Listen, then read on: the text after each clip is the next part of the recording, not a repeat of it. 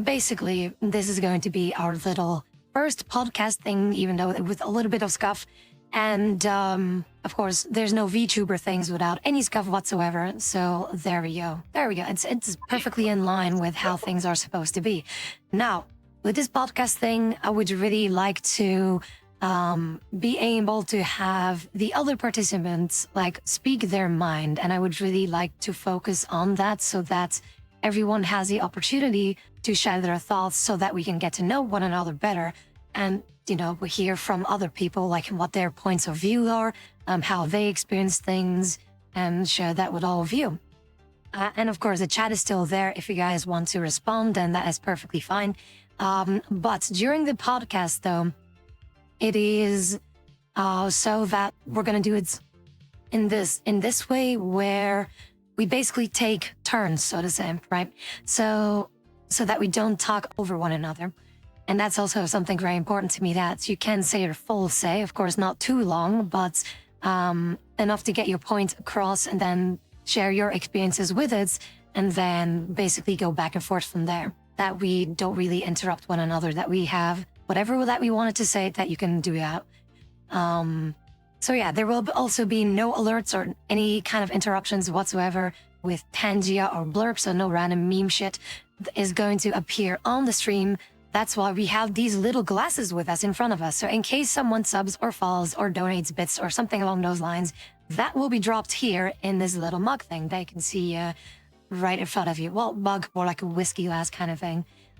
So that's how I added these, to also give you, you know, a little bit of a drink, my dear participant. Speaking of which, participants, I will allow this opportunity to use to introduce yourself, what you do, as in, you know, hobbies or interests, or have what kind of a VTuber you are, all that jazz. Just keep it, you know, short and sweet. Okay, thank you. Sorry. Sorry. Just looked at the glass and my model just decided to just go.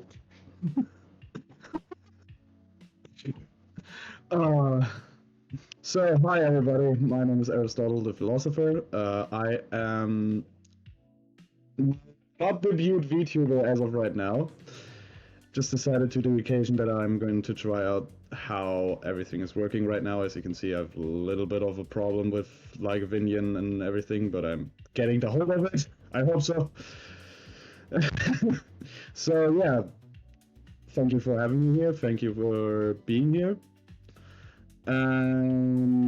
What can I say about me? Like, I'm going to be a variety streamer, more or less my basis will probably about more like deep discussions about like more mental health, mental training, something that you also do with like talking to people and stuff, but also giving life advice for like even like younger people that maybe have questions about how it is to get older.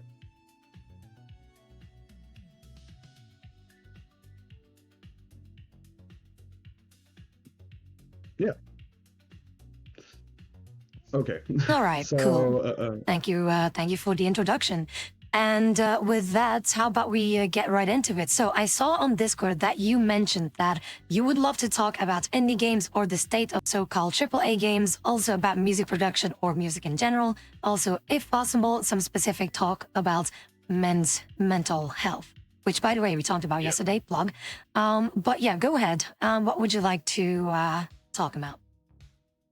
So, first topic that I would like to catch upon is the state of indie games and so-called AAA games, because I'm gonna probably speak my mind and the mind of many people that are watching right now.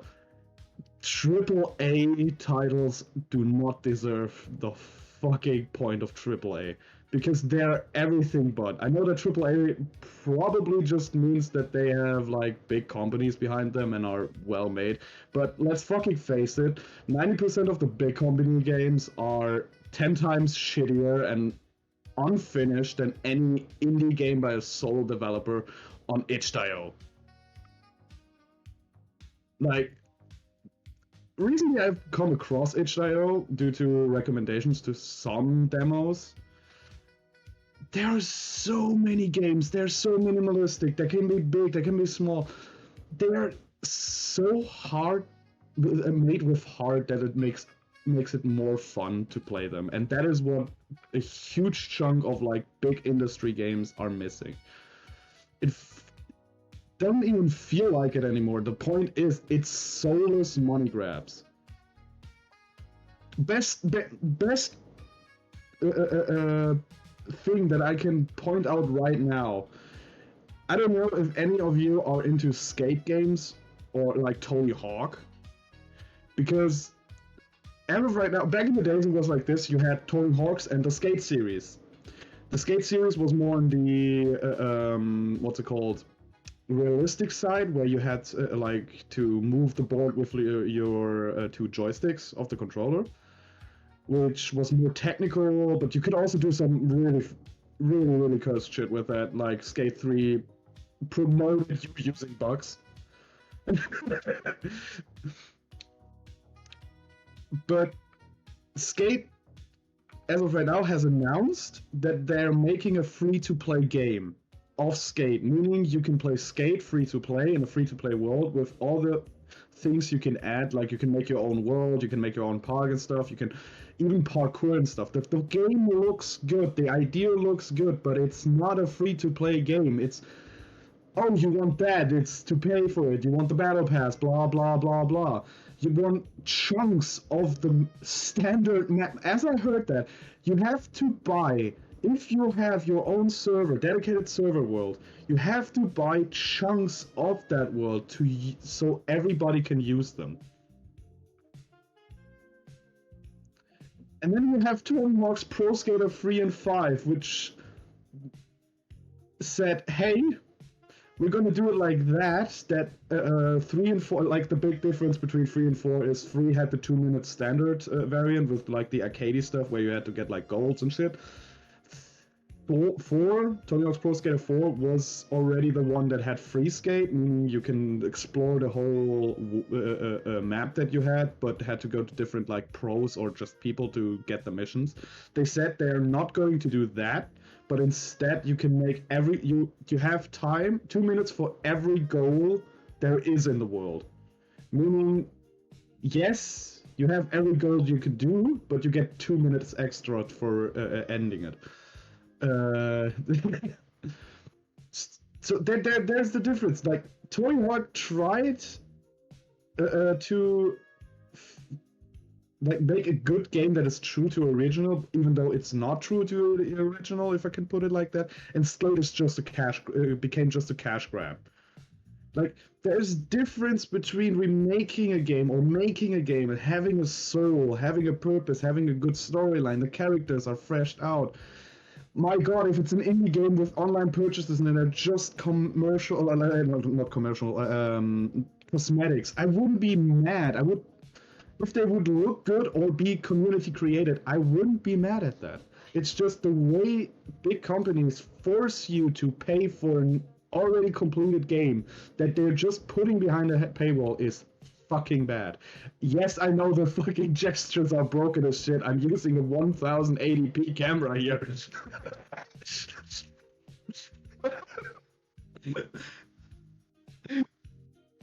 Like I say, I'm touching my face right now. Like, look where the hand goes.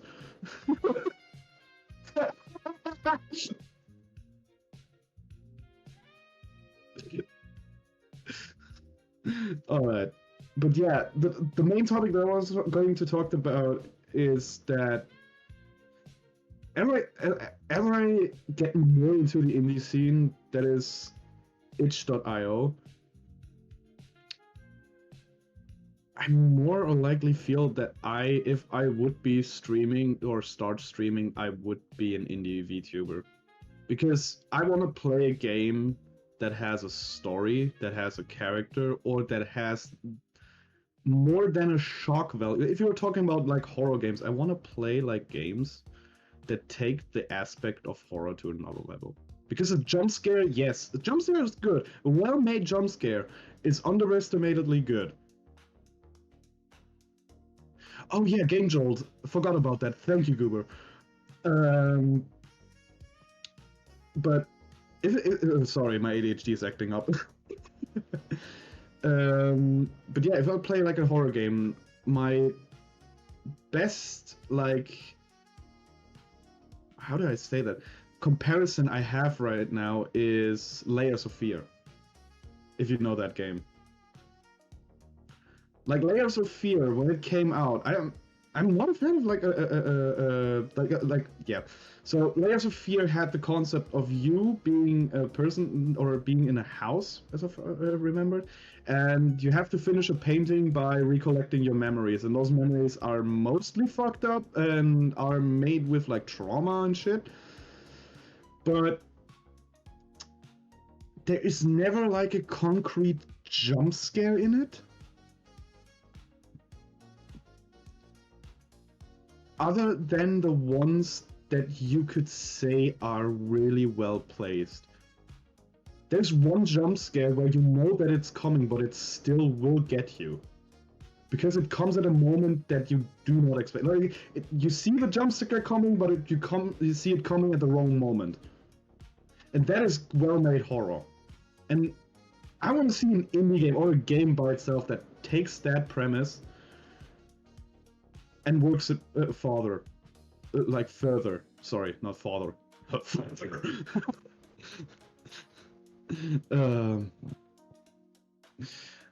But yeah.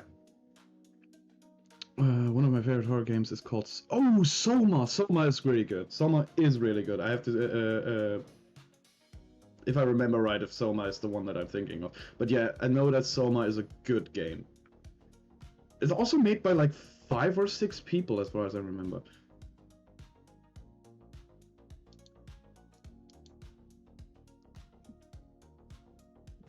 But yeah, what's your what do you have to say about that, Tabby? All right. Those are some valid points that you have made, definitely. And that's the thing, like I have a notepad here with the things that you mentioned. Starting with the audacity of these bitches that do make so-said AAA games, right? Because if you think about it, the very recent development with Nintendo, and I'm going through them and Quan, therefore, under the bus, that the prices are already being elevated to already very expensive games. Games have already been expensive for a long time now, but they're gonna be even more expensive, especially if you consider that Nintendo usually is like the very family-friendly, affordable kind of company or gaming company to, you know, to get your games from.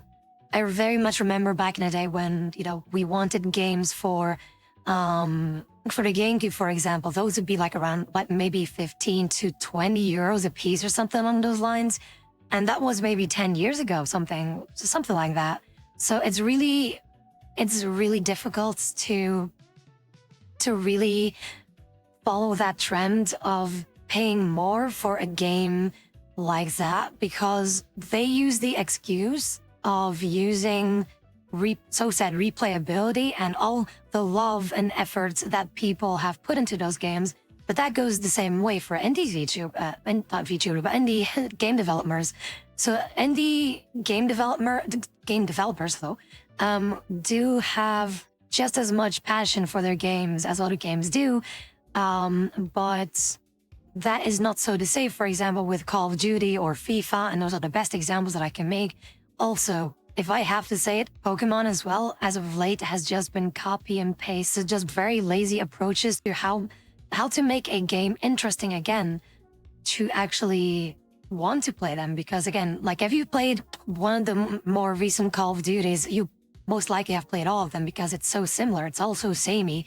And that's the same thing with remasters, for example. Nowadays, they kind of want to profit off of people, off of their nostalgia, so to say. That everything has to be remastered. Call of Duty, Modern Warfare, this and that has to be remastered 10 million times. People will still buy it. And they do still buy it, and that's a bit of the issue. But there are so many remasters that we're almost getting to the point of literally every game that has existed for at least 5 years will get a remaster at some point. And people will just keep buying it because it's just the same thing over and over again. Like, how many times has Horizon Zero Dawn been, like, remastered by now? And people still fucking buy it, otherwise they wouldn't do it. So, it's really difficult to keep supporting that. And me personally, I've never been much of a AAA kind of gal. I also support indie games way more and play indie games way more compared to any AAA game. If I can open my Steam right now, like which games do I have? Let's see here. If I had to guess, like Battle Right, for example, I'm just going down the line. What else do we have? Like Command and Conquer, of course. I don't know. Yeah, that's not exactly an indie game because it is actually made by EA or produced. What else do we got? Crypt of the Necrodancer or Rift of the Necrodancer are good examples as well. Deep Rock Galactic, as we have played recently. Viscera Fest, which was something that we also played. Dusk. Just people just putting their creativity without needing to literally milk the shit out of you just for money's sake. Like, just like he said before, that at this point, it is more of a money grab than actually caring about the product that is actually being released. Now, on the topic of horror games, usually whenever I start with a horror game, like for example, when I started Phasmophobia, I was scared shitless because I was more afraid of the unknown rather than the spook effects of the game. And that's something that is really something that I would like to see in a horror game is randomized stuff. Things that are randomized, but that in some areas, for example, in Phasmo, sometimes randomly the ghost will appear like right in your face, but there are still like the same events happening. Like I want to see like so many irregularities so that the game keeps you on edge at all times. And that's something that I'm really looking forward to.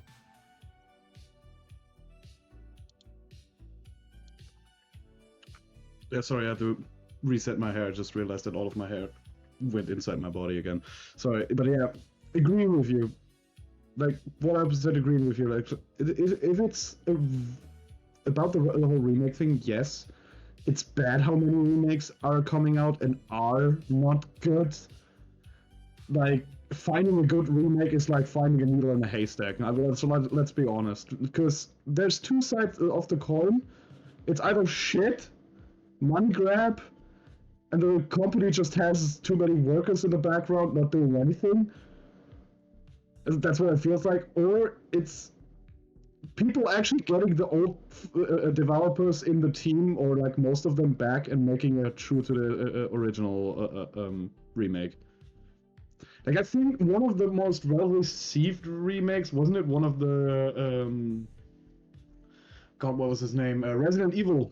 The Resident Evil games. Resident Evil 2 or 3?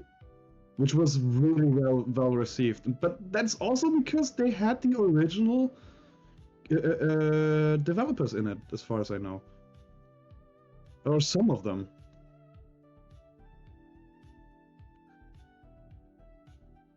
Like, I get that making video games like, we can sit here talking about, oh well, video games are shit nowadays and way too expensive. The thing is just knowing that we all know that making a fucking video game is, sorry for my cursing by the way, knowing how video games are made, we know that they take time, effort, and money. But if you get a half-baked game and have to pay $50 to $60 extra, or the double amount of your game, just to play a full game, is not made with any sort of thought other than a cash grab.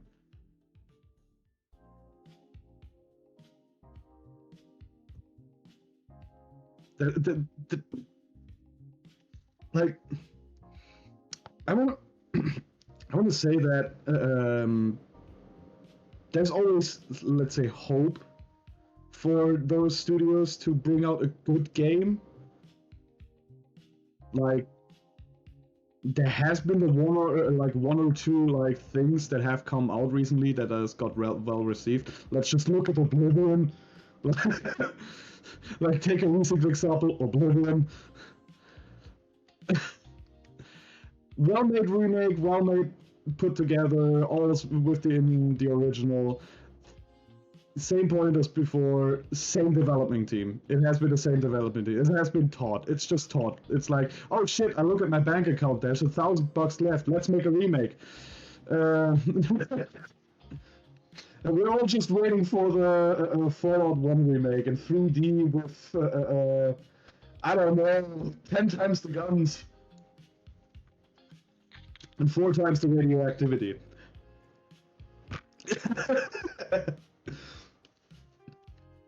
But yeah, it's kind of sad. I should stop scratching my face. It looks like I'm throwing fucking ball. Like I'm throwing a fucking basketball into a hoop. Yeet.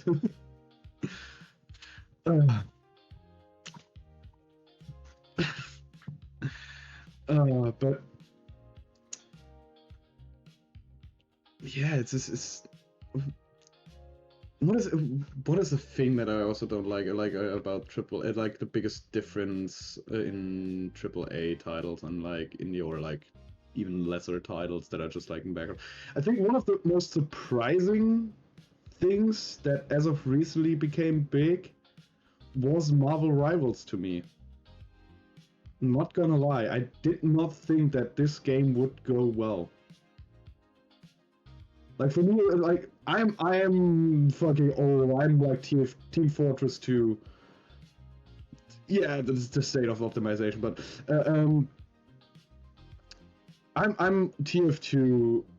I was raised with TF2. I gone through hell and back with this game, with the whole bot situation and everything. But like a hero shooter, like a basic hero shooter. I know that I'm moving to the right. I'm so sorry. But a hero shooter, if it's a basic hero shooter, it's good. Like you cannot change perfection, but the way like they made Marvel Rivals just made people remember how Overwatch was before Blizzard lost their absolute fucking marbles. Like, let's be honest, Overwatch was good. Overwatch was fun.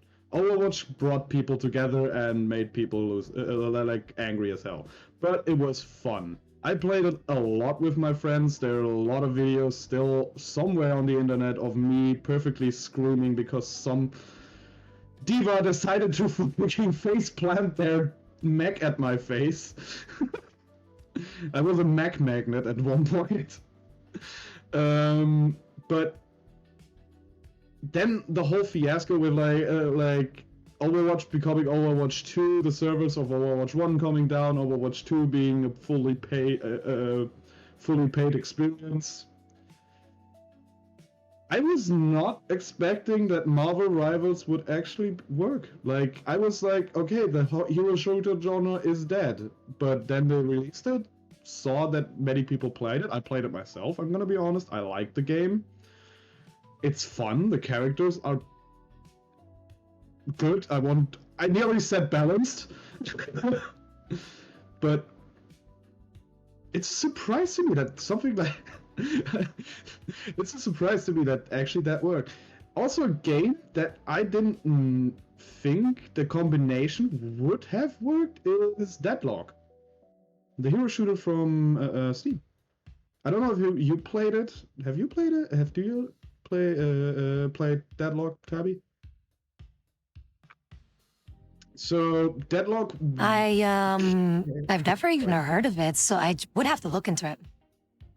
So Deadlock basically is a hero shooter from Steam that also has the mechanics of a MOBA. So you have a starting phase, you have minions, you have a shop that you can buy items from, you have to go specific builds, you have specific abilities with different characters.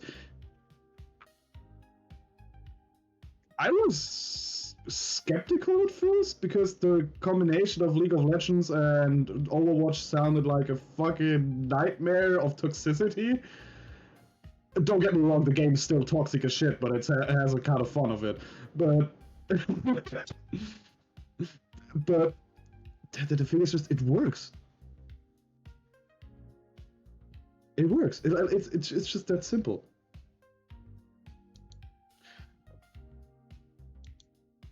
All right. Yeah. Sure. I'm finished right now.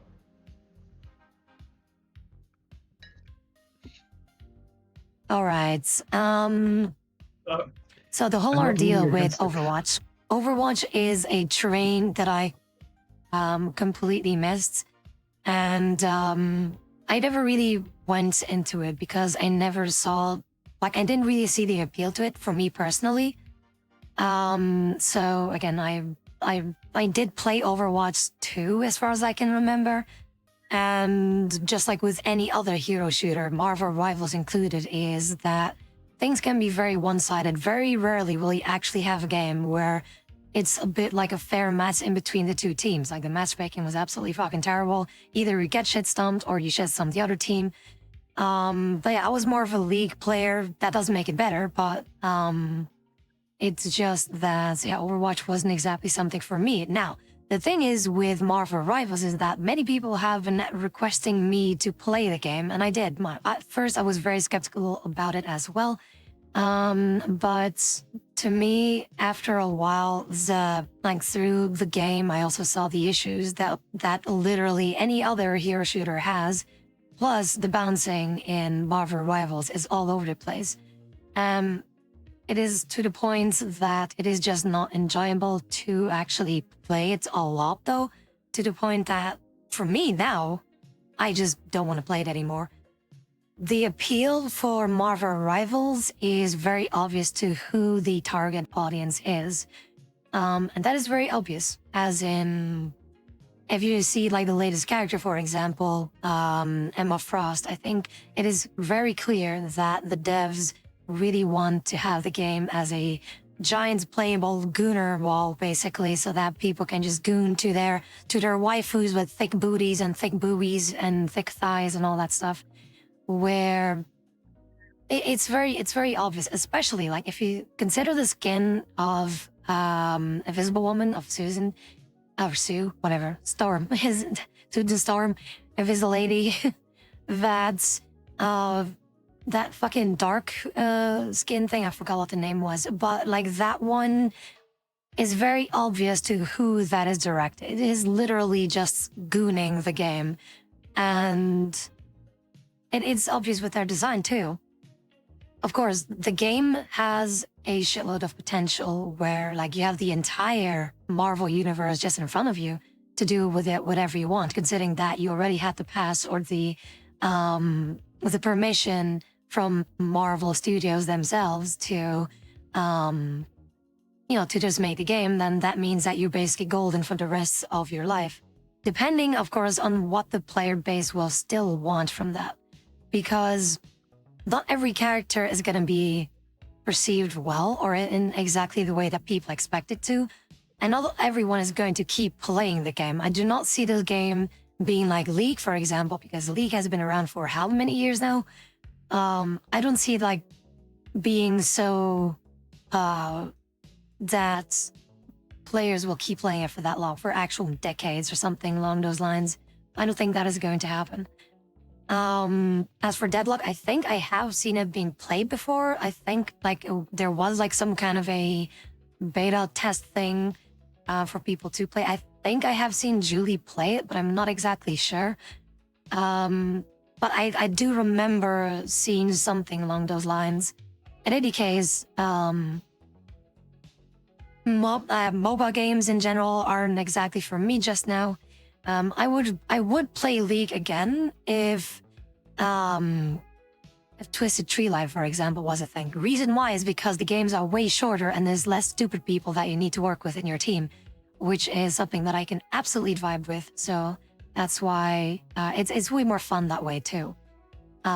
Because in any game that has some kind of a hero shooter or is some kind of a hero aspect or MOBA, including Overwatch, Marvel Rivals, Battle Rights sometimes, but although Battle Right really doesn't have that issue, the issue with Battle Rights is just that it's dead as fuck.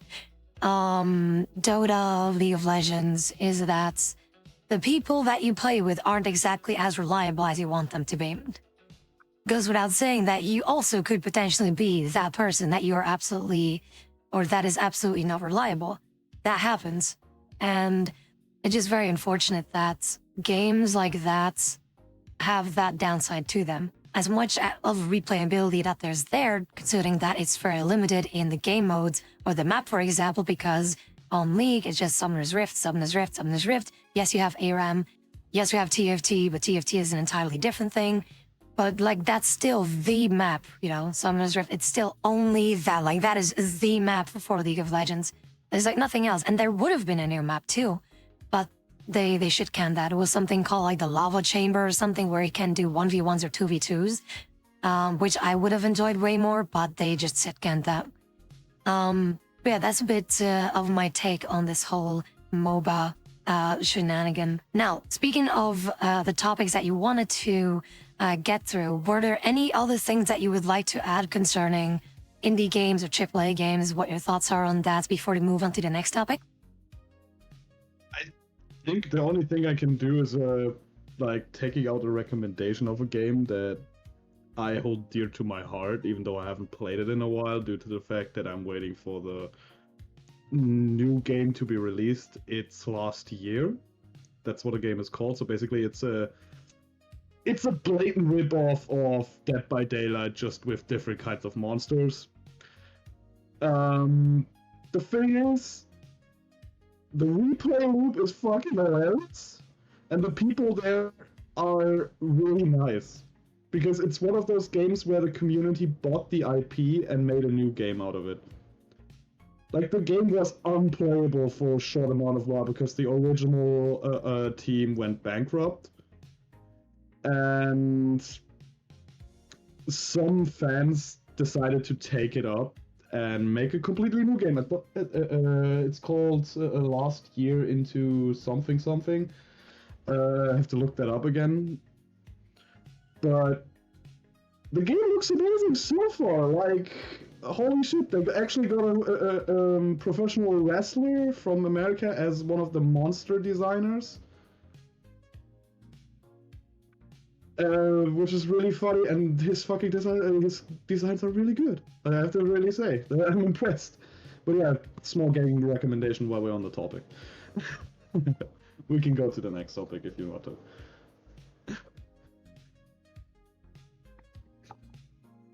Let me see here. Let me grab my Discord real quick. All right, so your next topic that you really wanted to talk about is about music production or music in general.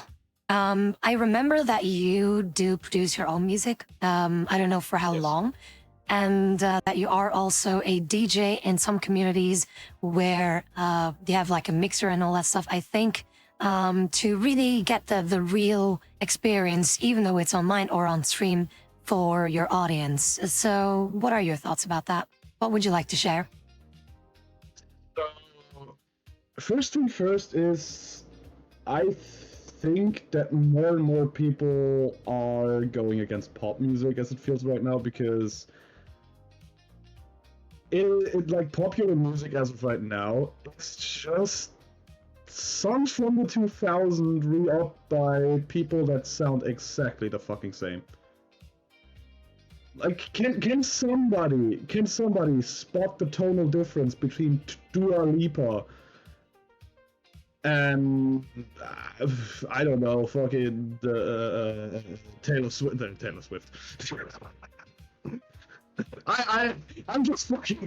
I'm just getting hit by the Swifties now. Yeah, that's my pervert. Why am I looking upwards? What the hell is going on? Give me a second, I have to reset my tracking. There we go. So yeah, no, it's everything now. Music feels like it's more or less old songs being re-upped, and yeah, the thing is, it works. It's easy. It's fast, and I know that some people can make a good song out of it. Like, sampling has not been a thing since yesteryears. Like sampling has been a major thing in music. Like I think even in the Rolling Stones age, sampling was a thing. The thing is just sampling and just taking a song structure from a different song and taking another singer and having different lyrics is not sampling in my taste. That's just I grab your song, make it modern, and get money. And it's one thing I also saw, due to the fact that so many people are, as of right now, seeing that, because it's mostly our generation, if I could say that, Tabby, that points out, hey, yo, that is... I know that song from the 2000s, buddy! Like, that's more... Like, so many, like, I hear it from young people. I hear it from young people if I go somewhere partying, like at the weekends or something, and people that are younger than me show me like their music, and I'm like, yeah, that's that and that song. They immediately search that up and just look at me and go like, oh wow, that's really lazy. And I'm like, it is. It's just marketing. If you want to hear real good music, I think at this point you actually have to just go with the flow, set your Spotify on ultimate random, and hope that you don't get any podcast on.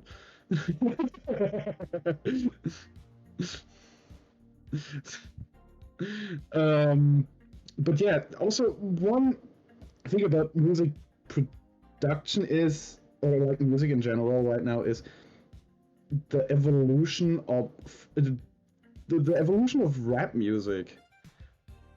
Like I'm not big in the rap scene. Like if I'm listening to rap, it's more of the style of like Corpse Husband. I could say it. I listen to a lot of ICP, Insane Clown Posse, if you know them. And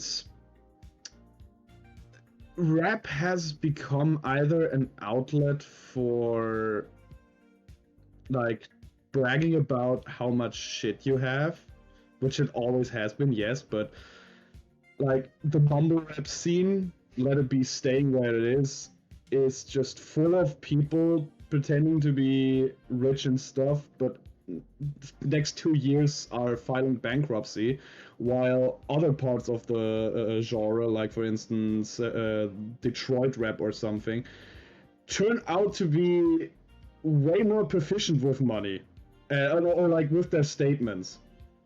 Like their rap has become way more soul-filled, in my opinion. I don't know what's like. This is something that I ask you right now. Is it you're more into the metal, or I know that you're something in the techno scene, but more in like the old school hardstyle and stuff. Is it? Is this just me, or does that also catch you that there's like the subgenre side is more coming out than the main genre side? Like the thing that the media tries to push on you gets more and more redundant than the stuff that the media doesn't want to push on you. That's what I want to say.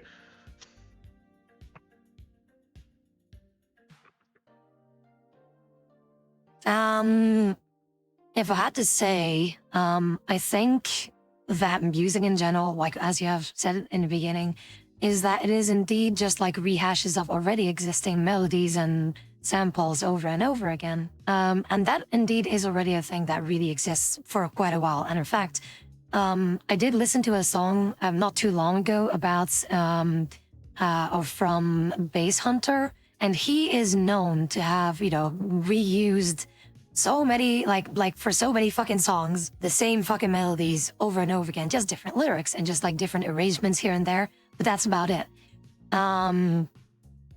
So that is all basically a copy from the original melody that is from the song Daddy DJ, which is actually a song that I really enjoy a lot because I remember watching that on MTV back in the day when we had TVs, those big, heavy, bulky TVs with those glass screens that you would like get electrocuted if you touch it, like those screens. So that's what I remember that melody from. that's where it started for that thing. And that is indeed something that you indeed see with other music. For example, sometimes that I do hear on the radio, because where I work in a McDonald's, sometimes, sometimes the radio of like the general radio is just being played, where you would hear like the most, played pop songs. And those are, for the vast majority, all samples or melodies that I've heard before in songs from like the end of the 90s to the early 2000s, that I'm thinking, are people just so lazy that they can't come up with their own shit anymore?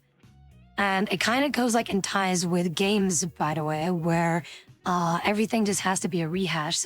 And that's indeed the same thing with music. And that's really sad though. But in terms of like the metal scene, actually, I have not really heard many new songs, or haven't really discovered many new metal bands of which that I'm saying like, yeah, I know every band, or I have heard that riff or that arrangement before in other metal songs. That, to me personally, I wouldn't really know, because I don't listen to the radio. I have always been someone that really prefers to listen to video game music. And that's why I feel like I'm so out of touch with everything. And I'm very selective when it comes to my music as well, just the same way as I am with my games.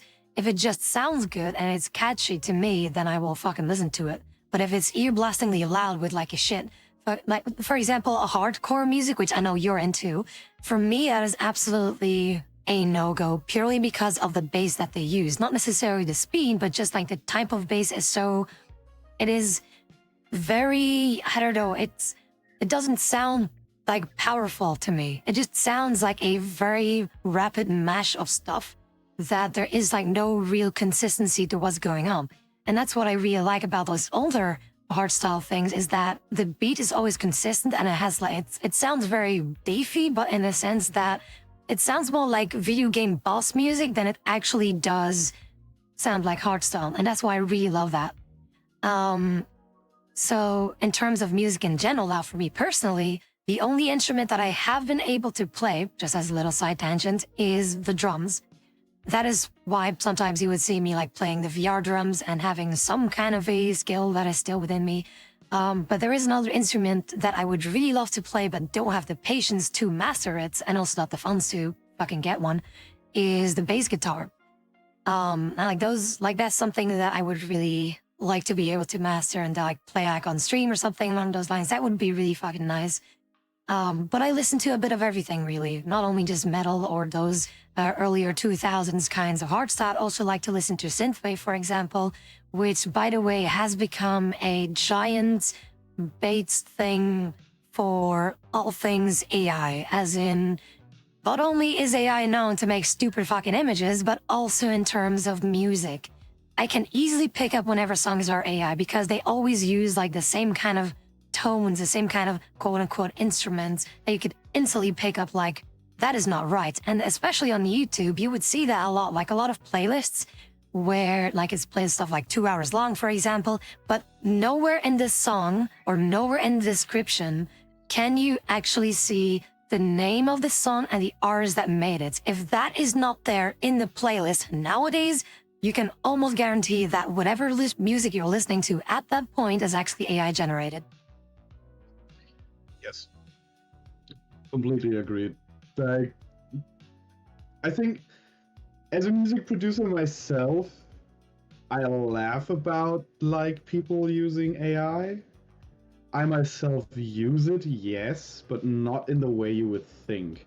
For me, I have a big problem when I do music myself. For instance, I have to have like a Kickstarter for the main idea. And I struggle with like getting to start with work, but not. It's an ADHD thing. Starting to work sucks, but being in the work just goes with the flow. Like I can completely shut my brain off inside the studio if I'm start working and finish a song in one day, mixing and everything, even though it's shit. Like I can. Like, we're coming back to that story. Like do not say to a producer that they can mix. Like many can mix, But normally, producers and final mix are two different fucking categories of the same studio. Like, if you're in a studio with somebody and recording stuff, you have the producer and the mixer in the same room. Those two people do work together, but do completely different stuff. But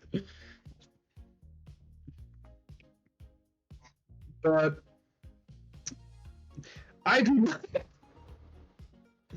Oh man, I can only go so far to the right now. Sorry for that. I do not. I do not want to sit on your lap.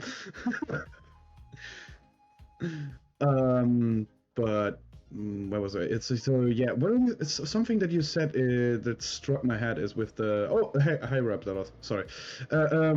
Something that you said about the hard science in the music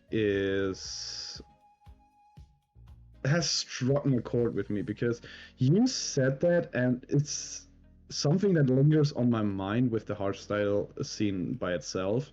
Something that I myself work against with. I produce hardstyle for those who are asking. Like I do a far mix of music genres, but hardstyle one of the main ones. But there is no like melody anymore in it, and if you search for it, you're getting stuck at three names, and one of them I do not personally like. That one being Brendan Hart. If you are at one of his raves called I Am Hardstyle, you get to learn to hate a person just by his existence on stage. I have never had that feeling towards a person. You can be the worst DJ in the world. I would still try to fucking help you because goddamn, there can be help. Everybody can be helped, goddamn it. But this guy, I just want to beat off the fucking stage. In this concert, he has a 2-hour set that half of the time he just decides to bring up talking. Like he's on stage, talks for an hour. You have a 2-hour set at your own rave, and you try to talk to people that are currently trying to party about world problems and how bad it is for your thing. No. Your music's good, don't get me wrong, your music's good, but you should remove yourself of your performance, please. Then the performance would be great. But you don't only have that in like hardstyle. That's a different topic, sorry. But yeah, coming back to it, you have like the three names of euphoric hardstyle right now: Code Black, Brendan Hart, and the Tweakers. Now, out of those three people, as of right now, I think mainly euphoric or party or main stage hardstyle, those like three micro genres that you can pick out of the subgenre euphoric, the Tweakers are the only ones that as of right now stay true to the original. Like if you listen to the latest songs of the Tweaker, oh my god, I have to look it up which one it is, but the latest song of the Tweakers, and you grab one from maybe 5 years ago, you hear difference, but the difference is more in the production, the way production works got more modernized, so it sounds cleaner. But yeah, it's bad how many people just follow the Sub-Zero train. Like this whole like in hardstyle, it moved from melodic to how the fuck can I fuck up a speaker system at the concert in minutes.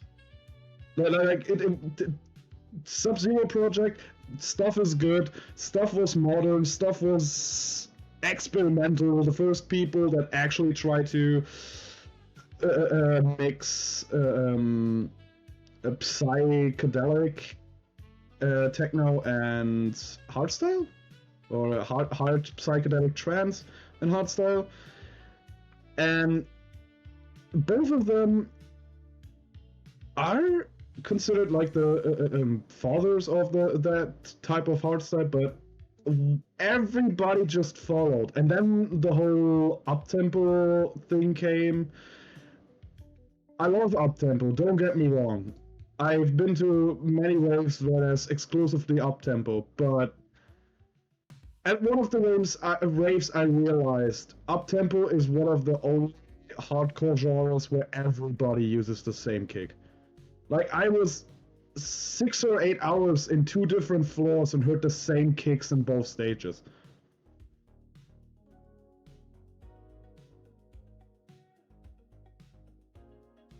I mean, there's also with production and hardware and everything. You can use the same formula in every song. You can use the same samples in every song that are necessary or are like standard practice. The way you package it is how you stick out. You could use so many samples, so many like pre-rendered stuff that's already existed. If you're clever enough to repackage it so people say that's unique, that makes you talk worthy. And not many producers have that. Yeah, sorry. I'm sorry if I'm talking too much. It's just a fucking topic on my heart.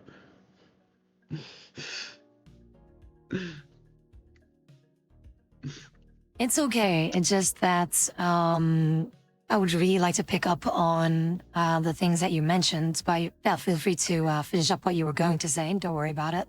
And it's good. It's good that you basically let your heart speak, so that, or let your like say what you want to say or whatever's on your mind, so that people can get to know you better, that I get to know you better, to see like how things work, how things go, how you see things, how you have experienced things, how you will experience things, which is really nice. So, now there was something that I do want to mention earlier, which was the idea of how rap music is like kind of evolving or devolving sometimes.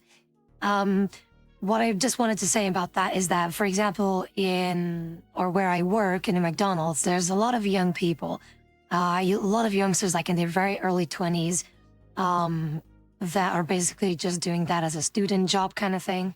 And as good as all of them listen to like all this auto-tune bullshit rap about how they want to have how they want to fuck some bitches, and that their dick is longer than someone else's, something along those lines.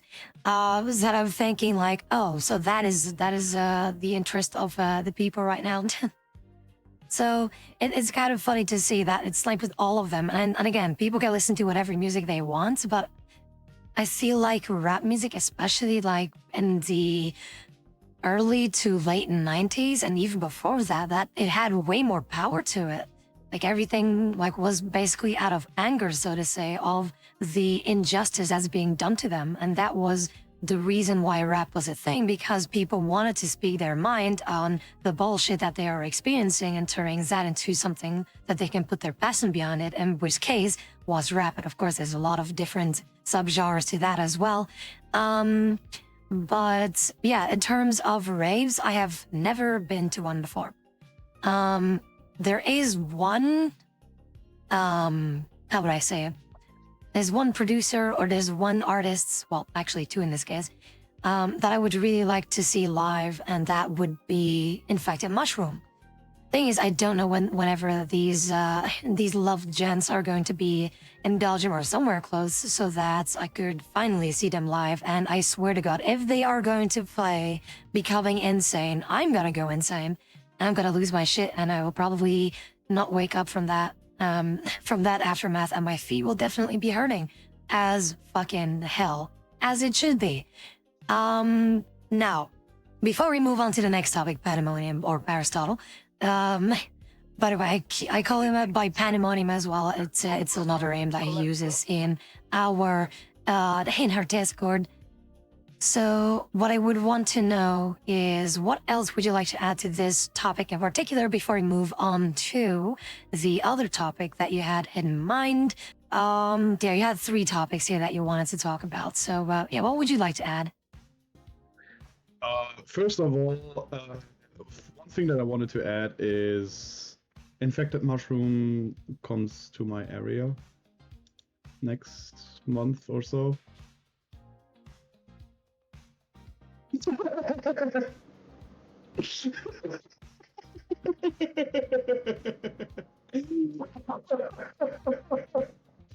uh, yeah, no. You're fucking damn, I So gotta look it up. Yeah, continue. I'm gonna look this shit up.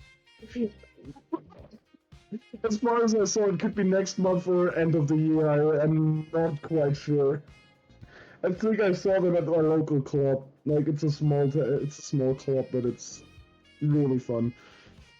Something that I wanted to add is uh, on the topic of being like a music producer and people that produce music or wanted to get started with. I am producing, if I am wrong, with my buddy Thrush Official Music. Sorry for the shameless plug, but this one has to be going out. Me and my friend Thrush Official Music have started working since 2016.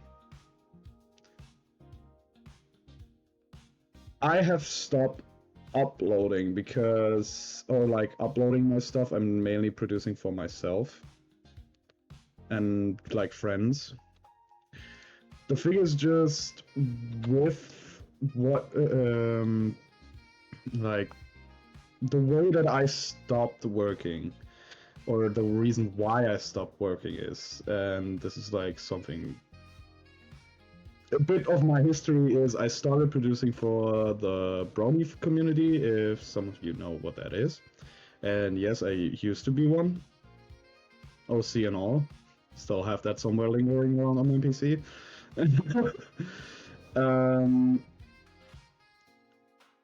At the start, the community by itself was really open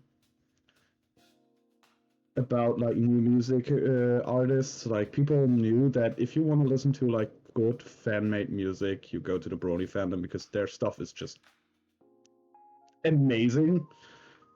Like Wooden Toaster, the Rainbow Factory, like one of the examples that I can give. 20% Cooler, also a classic on the internet. The thing is, coming back to it, I started producing for the Brony community mainly and started submitting my songs towards a huge collaborative album and got rejected every time. Like at the start, I understood it. Like my music was bad. It was like Baby's first song, Baby's first trap beat. And the thing is, I started getting better and better. My songs actually got their own views on my channel.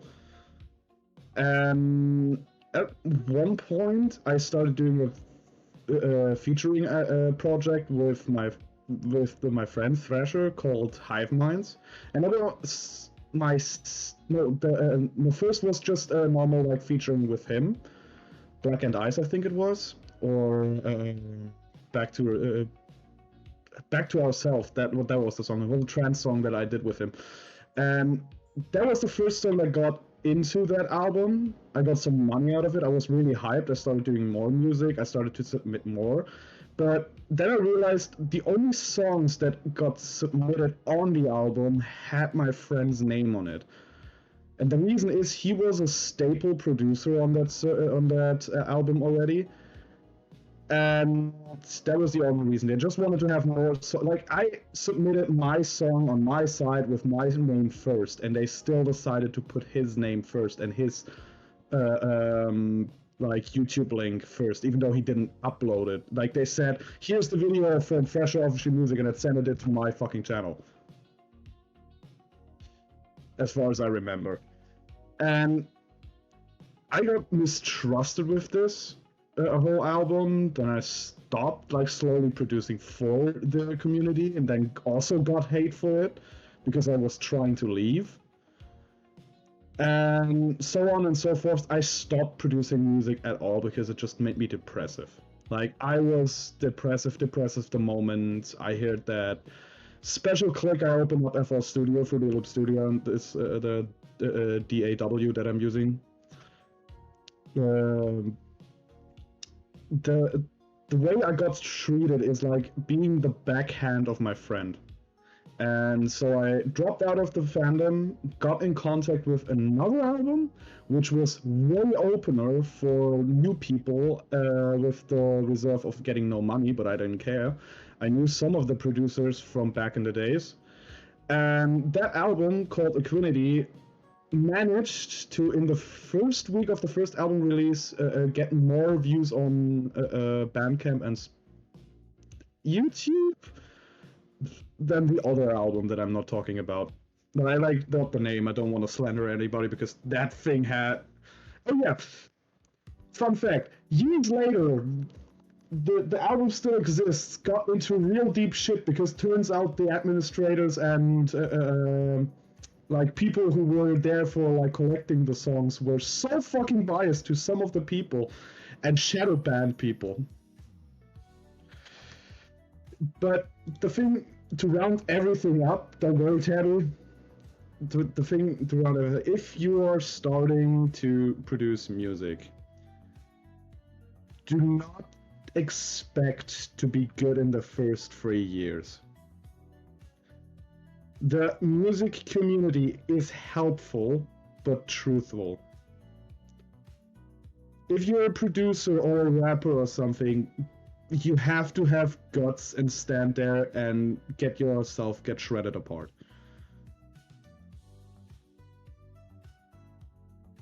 Like, if like there are people that will generally help you get better, but there are also people that will sit there and tell you to your face, don't try any further. Do not let yourself discouraged by those people. Those people themselves had to go through all of this. Learn your instruments, learn what you have to do in some of the aspects of your music productions, what synthesizers you can use, what should not be what you should not be doing. Producing, managing, and making music is one of the hardest industries out there. You can make music for yourself, you can make music for your friends, you can make music for your own DJ project. Just be ready that there's people out there that just want to shred you apart. And then it's a long way. It's a really long way. I have been through everything. I have been through ups and downs. I have been, like I said, yeah. I will definitely make notice of all that. Sorry. Been babbling about now, my favorite topics again.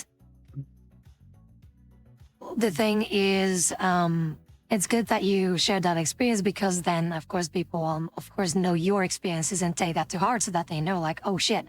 Because for me, making music has not exactly been a thing to the point that I want to, like, start producing my own kind of music. Because I don't have the patience for that anymore.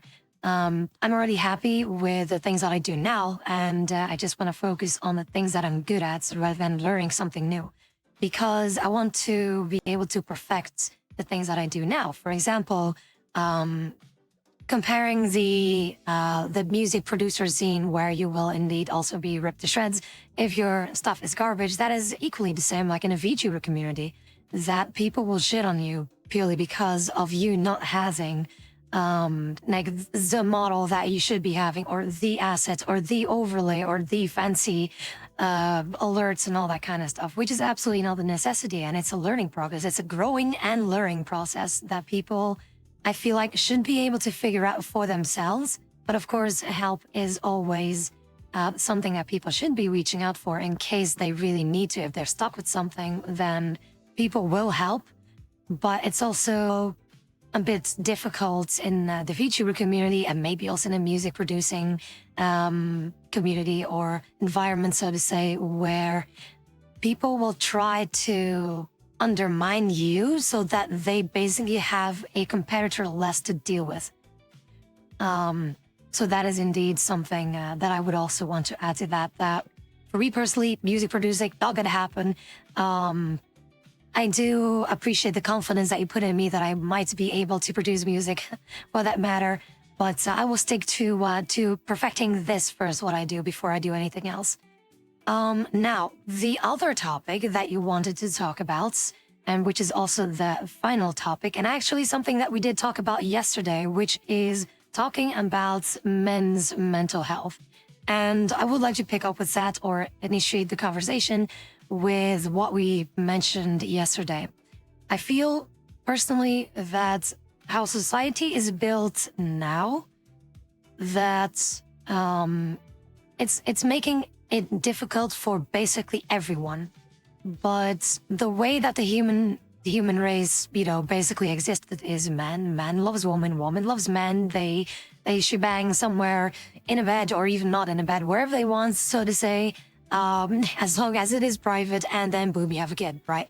And for example, the best example that I can get where relationships or dating was way more open, so to say, was like in the 1940s, like from the 40s to like the 70s, something along those lines. But then as much as technology has been evolving to the point that we are right now, that people are now less and less connected with one another. And that is something that really sucks. That I feel like I would rather be able to talk to someone as if way back in the day where just, there are no pressure, so to say. I feel like that's especially the case where if people want to meet up with one another, that there's this pressure of, oh shit, what is this person going to think of me? Or what is this person going to want from me? Or just these bubbles basically that we create for ourselves. And especially nowadays is the case. And that's why I feel that a lot of men, but not only men, but primarily men who, like especially straight men for that matter, has a lot of insecurities to actually go for it, to actually make this step, because now people are very, very set on making their lives as easy as possible for them. Regardless of what the shortcomings are of someone else, they just don't want to deal with that. And I feel like it's very important, whether you are straight or not straight or whatever, anything all on the spectrum, that whatever your interests or preferences are, it is always important to be able to compromise for someone else's shortcomings. Just because someone else isn't exactly, exactly along with you in terms of certain topics for that matter or certain interest, doesn't mean that they wouldn't be a good partner for you. And I feel like that's the issue. People are like, it's literally shopping for people. It's literally shopping for who would be the ideal partner for me, who would be this for me, who would be that for me. And they are so decisive with their prejudices, I don't know if that's the English name, but where they will just not consider you as a partner because of whatever reason, which is even the smallest reason can already like stir up a lot of insecurities from both parties. And that's why I get a lot of DMs from men in particular where they tell me that they just lost hope. They just lost their hope in dating whatsoever. They just lost hope with that, and then they feel alone. It affects them in almost all aspects sometimes, to which I'm really trying to get them out of that thought process where just because you're single doesn't mean that everything else in your life is equally going to be as bad, because they let that affect that, like in their personal life, like at work, how they experience like their free time. And that's really sad to see, because there's way more to you than you think. And people should be more open in the sense of wanting to talk to one another, not necessarily be like, oh, you don't like this, you don't like, I don't want to talk to you anymore. And that's so stupid. They just all want to be in their own little comfortable bubbles, where other people just really want to connect with people. They just want to connect with people and see what happens then. It doesn't have to be necessarily 100% a relationship, but it is so that it's putting a lot of anxiety on people, not only men, women as well, or anything in between, just putting anxiety on everyone. And I 100% blame the way that social media and society is built as it is today. What do you think, Panamoni? What are your thoughts on this? I mostly agree with what you said. Like, one thing that young men, or like I say young men, like a lot of like men have, is either the fear of rejection or the fright of not the fright, like the panic of a rejection. As for me, I'm younger. Yeah, okay. I'm considering myself still young.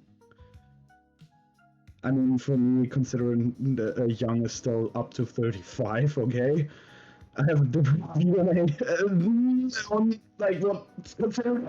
Fuck. Yes.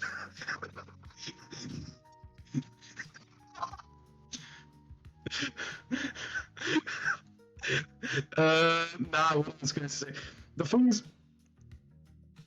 I think that so many men have the problem that they get told if a woman or a sexual interest partner rejects you because of any reason, that means that you're not the man that you are, which I don't really get, because there's also one thing that men should learn: rejection doesn't come from personality most of the time, or there's many factors, like the factor of how you like approach a person, how you like give yourself out. Like rejection is temporary, I always say.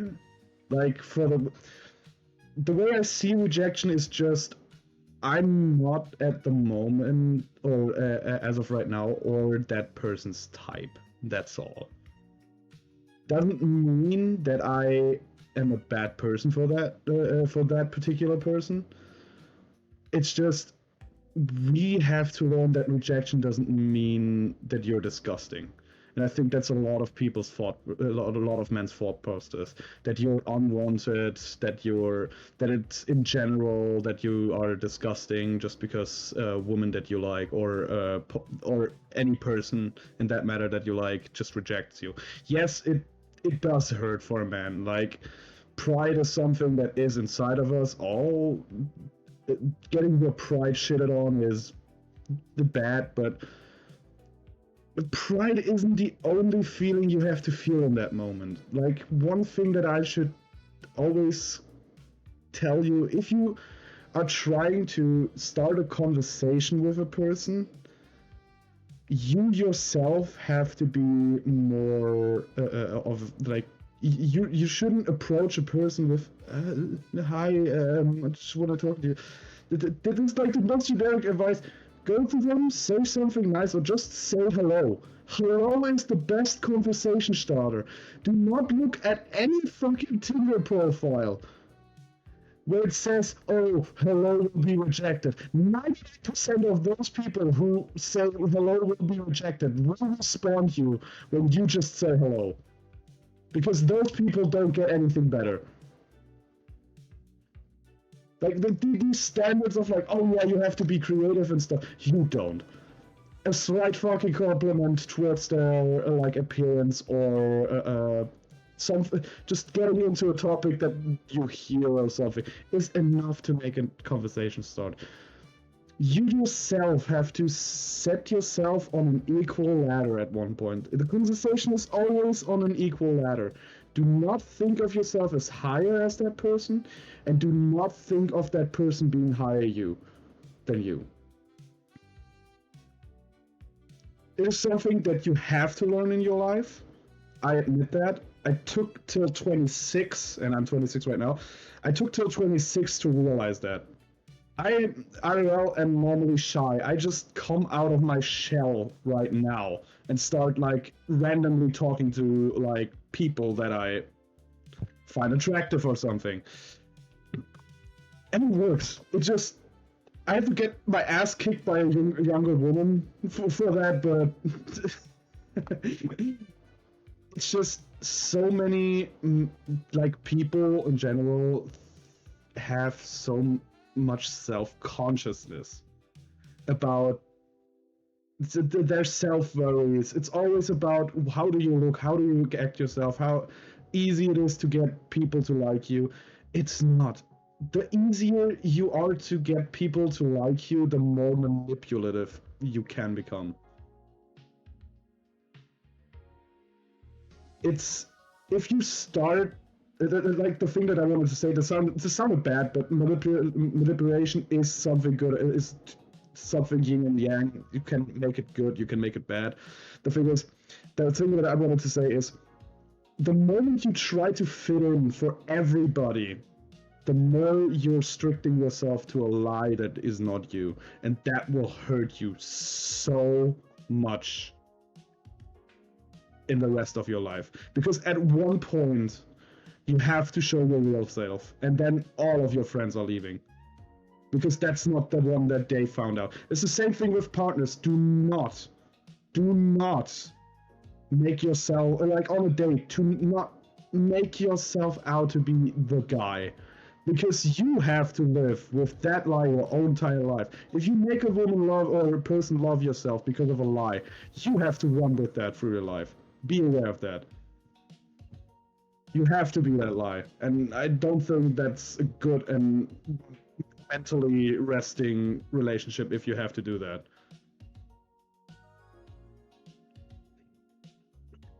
But also, one thing that I wanted to say about mental health, if I just can put that out, is it feels more and more like that young men and like middle-aged men have no idea what it is to feel certain like feelings.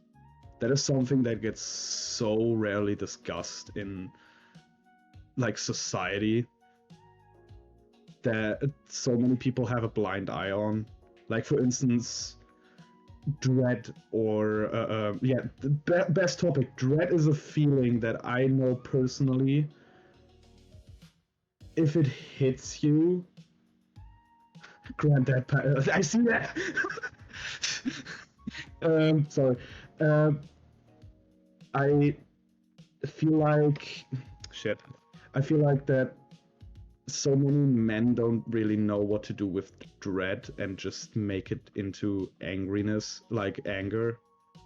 And the thing is, with dread, you don't know where to put it, and that's one of the problems that I wanted to say. We have to accept certain like thought processes that our mind has, one of them being feelings and all of that. We have to accept that and learn how to control, like learn how to feel those feelings. Some people feel them in silence. That is something that can happen. You can feel something but not make it known.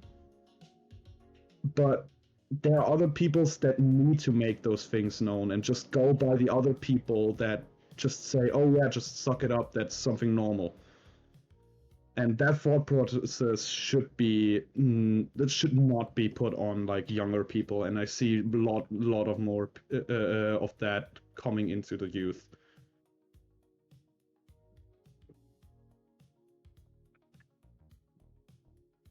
I don't know, have you like seen these things where it's like I always say emotionally confused, if that's the right term to use, where it's like, oh, I have this feeling, but I don't know where to put it. I suppose that I have. Because I think it's also with the thing that you mentioned earlier about like this pride that they don't want to break themselves down to be, or like leave themselves more vulnerable to other things or to other people for that matter. And that is also like another wall that people put up to protect themselves basically.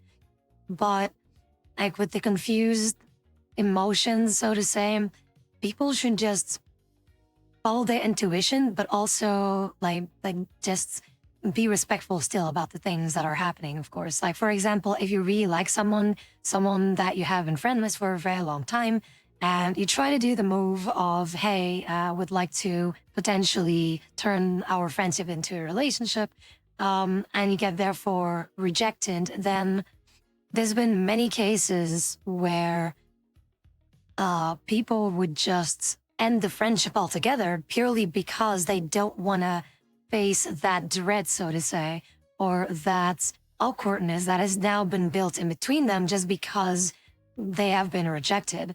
And it's always weird to see that people most of the time cannot deal with that they therefore will end the relationship completely.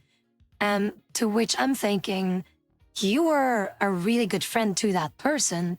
It just didn't work out as more. But does it mean that that friendship that you once had has to be completely, to be completely gone for that matter? That makes absolutely no sense to me. But to another thing about like confusion, for example, especially with younger men, because back in high school, I could always hear from guys where they basically compare sex as like this competitive sports. You know what I mean? Like I had sex with this one and I had sex with that one and I had this many girlfriends and I had, that I'm thinking, why is this suddenly a competition? Now, the reason why I also at that time felt like, well, shit, I'm still a virgin and everyone else is having sex. Like all of my friends, well, not that I had many, were already having sex at the age of 16, sometimes even earlier. I'm thinking I should not be knowing that. But to me, it is like this social pressure basically to be like, oh, they have done that or everyone else of my age did that, that therefore I must also do that. And it's a very toxic mentality that they then put onto themselves, especially with teenagers around that age, around 16 especially, and then everything above that. And then there are a lot of cases then where, again, I still get quite a lot of DMs of men that either had a few relationships here and there before or had no relationship, where they would say like, hey, Tabby, I've never had sex before. I feel very awkward about like that topic. I don't know if that is okay to talk about, in which case with me, you're lucky because not everyone else wants to talk about that topic because they are also afraid of those confused emotions being put into play where the weirdest shit will come out of that. And that is also something, that's why I keep saying it. Like, if you want to talk about that kind of stuff, keep it respectful, but also still constructive, right? Because if you're just going to be talking to, especially a woman, or especially around my age, and you go like, I want to have the sex with you. I want to have this and I want to grab your boobies and shit like that, which by the way has happened before. To which I'm thinking, how old are you? But to me, it's just that keep it respectful, keep it civil, and I want to help you on that kind of aspect where I want to be able to help you prepare for what's to happen in case you are about to have sex, right? But there's a lot of people, a lot of single men where they DM me that they are still a virgin, that they are 30 and something, whatever plus years old, and that they feel sad purely by that fact that they have not had sex before. To which I'm like, that is not a necessity for people to be happy. That is like, why is that suddenly a thing that people must do in order to be happy? And that's why I keep telling them happiness starts with you as a person, as the individual that you are. If you are not happy with yourself, you will not be happy with literally every other thing that you do. No matter what it is, whether it is sex, whether it is your hobbies, whether it is your job, you have to be happy with yourself before you can move on to that. And that's also very important, especially in relationships, because all those, what all those men have what all those men have, as in something relatable to all of them, that I can pick from every single one of those conversations that I've had, is that they are so depressed that they feel that whatever partner that they might have, that will be like the only way, the only key, the only solution to fix their depression, which is absolutely not right, because then you are just basically shifting your emotional problems onto someone else, dragging someone else into your own shit purely because you want to fuck someone. And that is really fucking dangerous to do. And that's also so unfair for the partner. So that's why it's so important to be happy with yourself first and foremost before you even consider going into a relationship.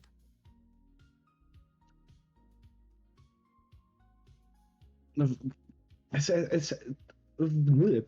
When you sorry about laughing, by the way.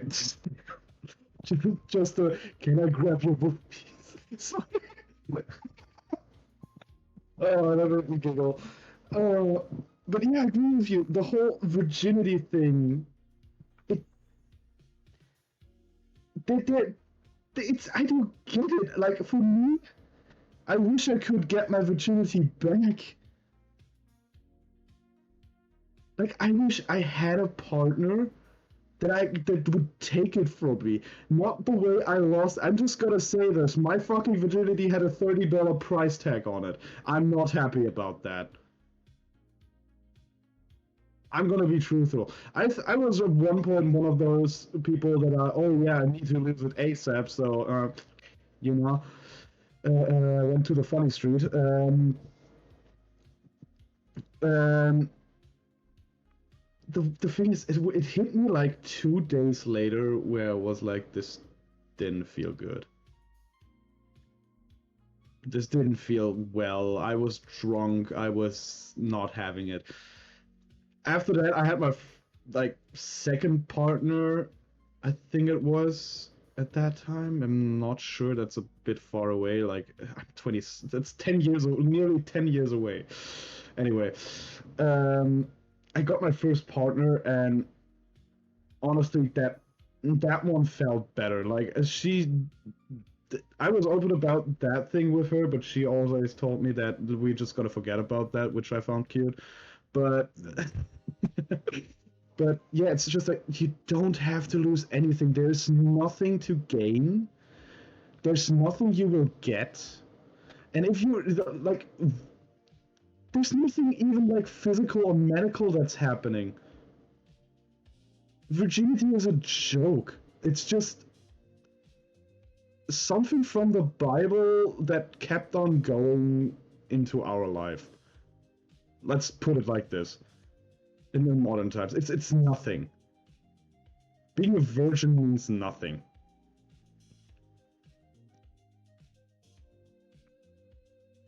And I don't. I'm approving with the point.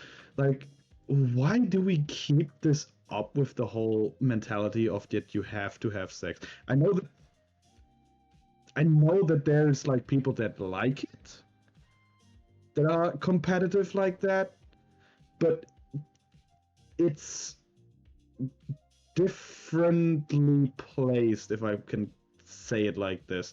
So the way I see that one is more of a consenting, I want to be catched kind of deal. I want to be catched by the guyest guy there is. Like the whole manliness, muscle, that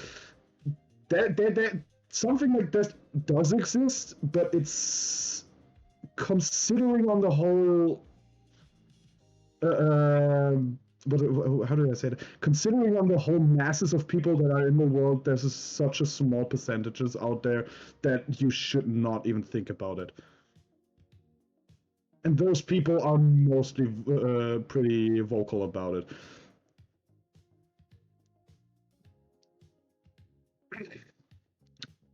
But yeah, this is like you touched that topic of like people also getting like men in general getting like way too like comfortable on the internet talking about like how they wanna, let's say, pleasure their favorite streamer.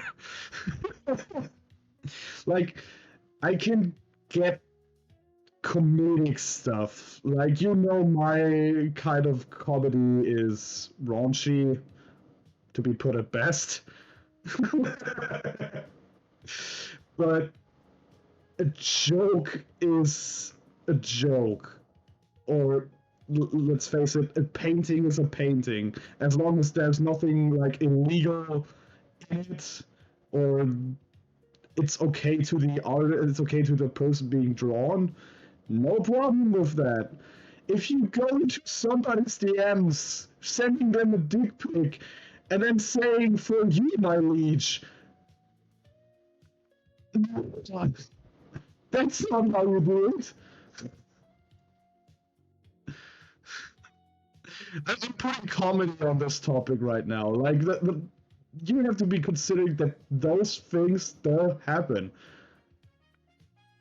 Like, I heard from different VTubers that I'm friends with, they have gotten sent the most outrageous shit that you can imagine. Like, I'm in the kink scene, yes, but the fucked up shit they put in those DMs are borderline criminal. I know that there's a shield in front of you in case of the monitor, but you can't even laugh about that shit that they say. Like I know of one person or one VTuber, she does like other stuff on other sites, let's say it like that. She says the worst DMs she gets is from Twitch.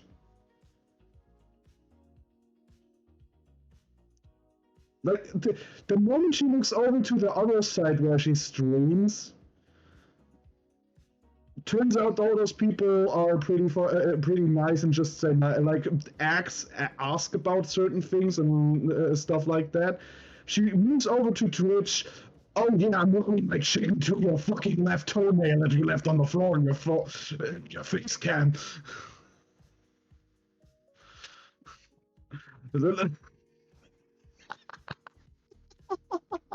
So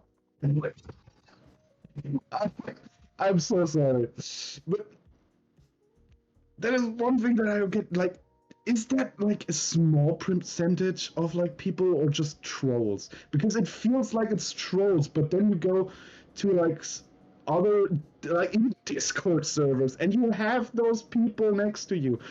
And the thing for me is, I see and hear those people, and I think to myself, buddy, how about you sit together with me and we talk about it? I can give you the way to get what you want by being yourself and not or going into those extremes of like speaking your mind where the record should have been destroyed.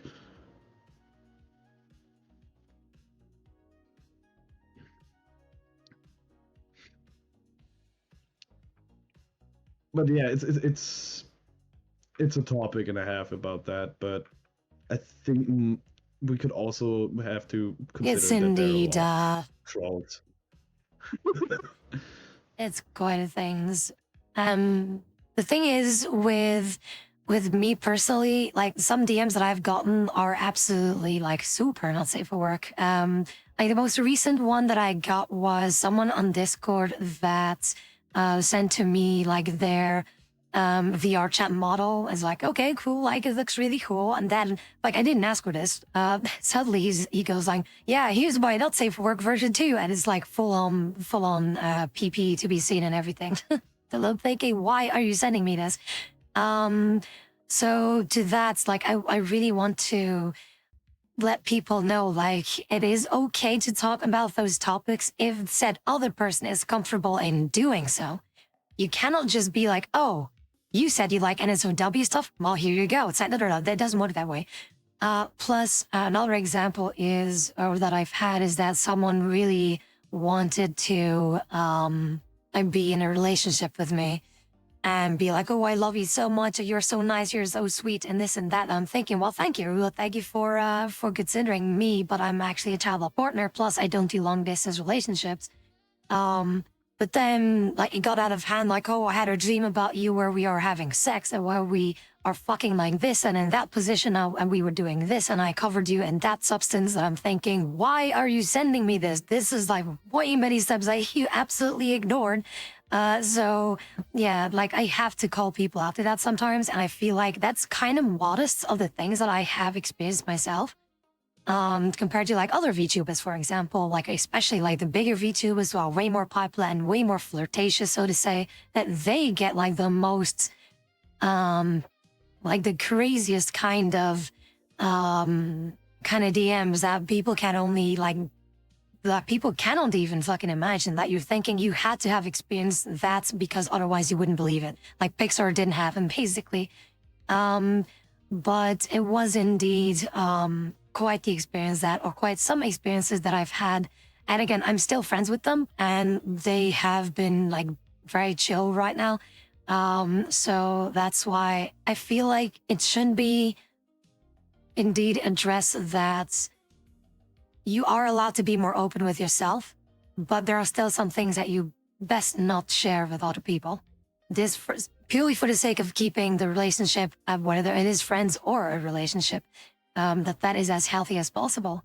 Plus, I feel like that over horniness is basically taking over from that point, because usually the DMs that I get like that are usually from people of which I had that discussion of, you have to learn to accept yourself, be happy with yourself first, and some things on how to approach sex in general. So to say that, like, you will be shy about it, the very basic things, or how to approach women, that we are actually not exactly that difficult. Our men are even simpler than that.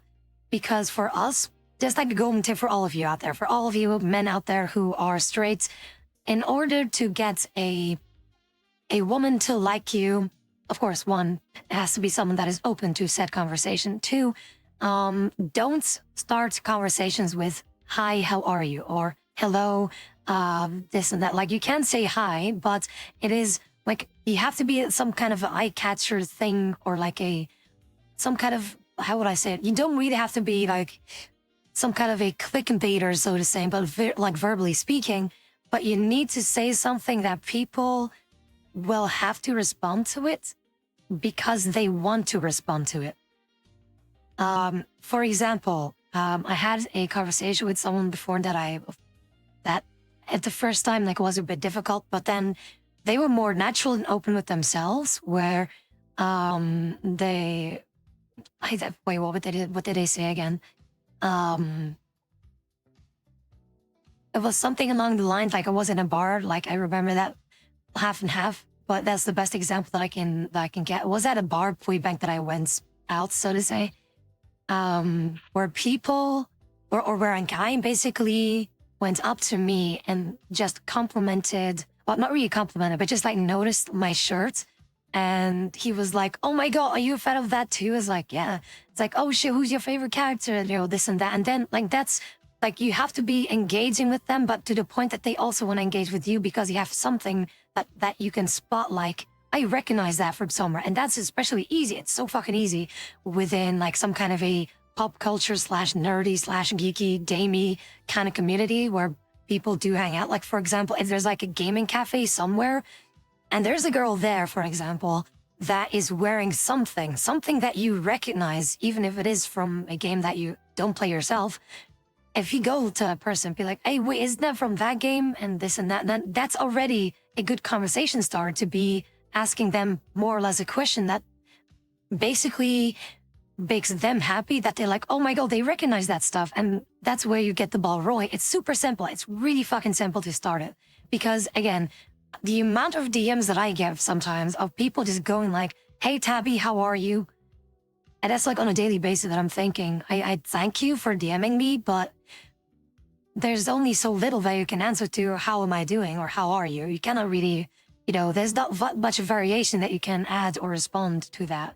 But that's about my final bit, because some things that I would want to discuss are things that are very not safe for work, of the things I have experienced, or about sex in general. Yeah, also mind you that this is going on YouTube, and otherwise YouTube is going to have my ass. I'm going to have to do some more research on that, on which topics are allowed, how much in detail that we can go in terms of the sexual parts. But yeah, that's indeed more or less the things I would have to say. But TLDR on men's health, or just mental health in general, is that, or for example, like the dating advice as well, is just start with being happy with yourself. Start working on yourself with what you want to be reflecting, basically, to the point that you can actually tell yourself, "I like being me. I like spending time." Like, if there would be another copy of myself, I would love to spend time with them. I would love to spend or to play video games with myself. It's so silly, but when you get to that point, you will see, like, instantly, people will swarm to you. People will fucking swarm to you the moment that they see you.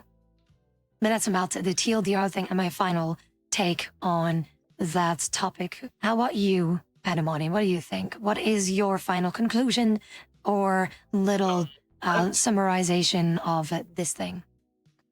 I have two things just two comments about what you said. First of all, completely agree with what you said. Just go up to a person. That, fellas, I'm gonna be real with you. That's how I do it. I just go to a person, tell them, nice outfit. Just wanted to say nice outfit. We just wanted to ask, are you still free tonight? That's all.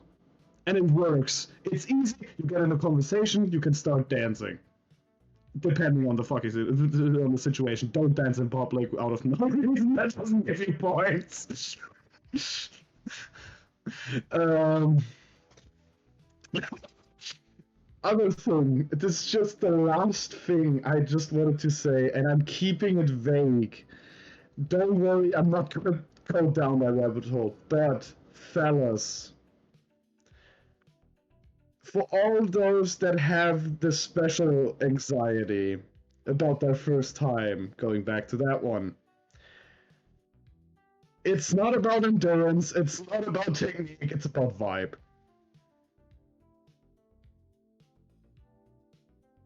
Just gonna put that out. It's about vibe. You could have the worst performance in your life, laugh about it, start talking. It's a vibe game, not an endurance game. It's nothing competitive.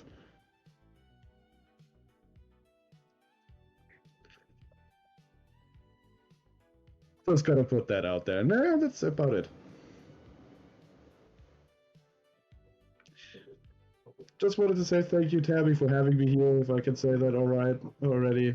Or do you have still a topic that you wanted to ask me about that I It still have up? was absolutely it was absolutely a blast for our first edition of the podcasting. I was actually about to wrap things up here because the recordings also have to be not too extremely long as well, but it's also a very good start. So I thank you for being the first of thank you for being my first pandemonium. But it is indeed a very good thing that we can do this to to have this kind of conversation with one another and to be talking about topics that I otherwise never wouldn't even be thinking about talking, but still I did because of your inputs, and that's what I really like, and that's what I wanted to get out from this, and that is with everyone. And of course, you're more than welcome to have another podcast with me here with different topics. Like people are allowed to just get, back into the podcast, even if they've already been here before. But of course, it will have some kind of a cue that everyone else has their chance first before someone else gets into that point.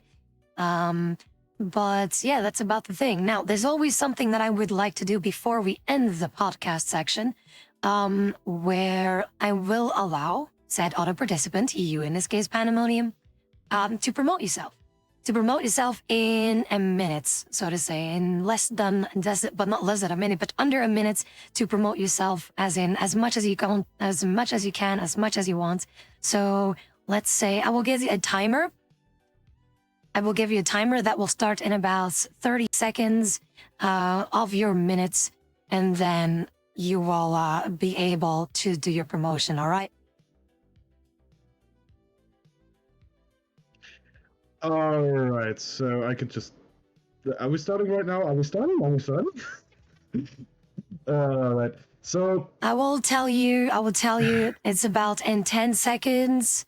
Wait. So, and you should be good to go. Go. So, hi everybody, my name is Aristotle the Philosopher. You all know me as Pandemonium. For those who are wondering, yes, this is my VTuber model. No, I don't have a Twitch channel right now. I do have a Twitch on the Pandemonium side, but the character that you see right now is still a work in progress. Big thing in the background. Let's just say the fucking thing came all together into a huge story instead of a short lore. I have the tendency to make a 300-word essay into a book. But yeah, will you see this model again? Probably. I will use it more now that I'm more comfortable using it. Will this be the final version of the model? Yes and no. This is one of the final versions that I have. Will the face tracking ever get better? And that is time. That is the minute, Pandemonium.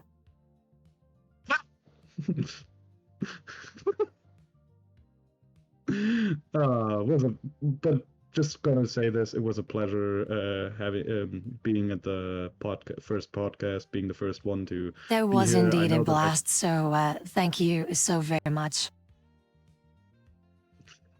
I know that I can talk for hours. That's just yeah.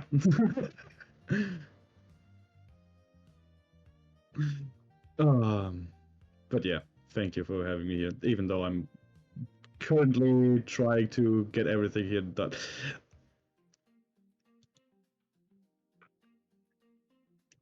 Okay, this is weird. Okay, yeah. Sorry, it's some notice came Okay, up on so the Patty, it's gotta be a-okay, and we are all going to be looking forward to the progress that you are going to make with your VTuber model and potential returns of or on the podcast, which is absolutely something that I will be looking forward to as well. So, for the time being, Pandemonium, thank you so very much for being here, and always more than welcome whenever you want to tune in within our community because you're a mod. It's not only that, but it's like privileges, mod privilege. No. But I do appreciate you considering being on a podcast and also spending time with us. So thank you so very much for that. And with that, that was our very first podcast. Thank you so very much, everyone, for tuning in into this podcast. There will be another one. I don't know exactly when, but that's the thing where we will be communicating with just people in general. Anyone can join the podcast whenever they want, but they have to be able to give some kind of a date that I'm also available at that point so that we can actually have the podcast. Anyone can join. There are no requirements, no ties attached. You can just join whatever with whatever topic you want to talk about, no matter what it's about, you can talk about it. As long as it is within Twitch's terms of service, that doesn't go haywire, it's all fine by me. Like, it can be about the most sensitive topics or the most controversial things or just simple things. Everything is welcome. So again, thank you so very much for tuning in to our first podcast. And remember that I love you all so very much for being you.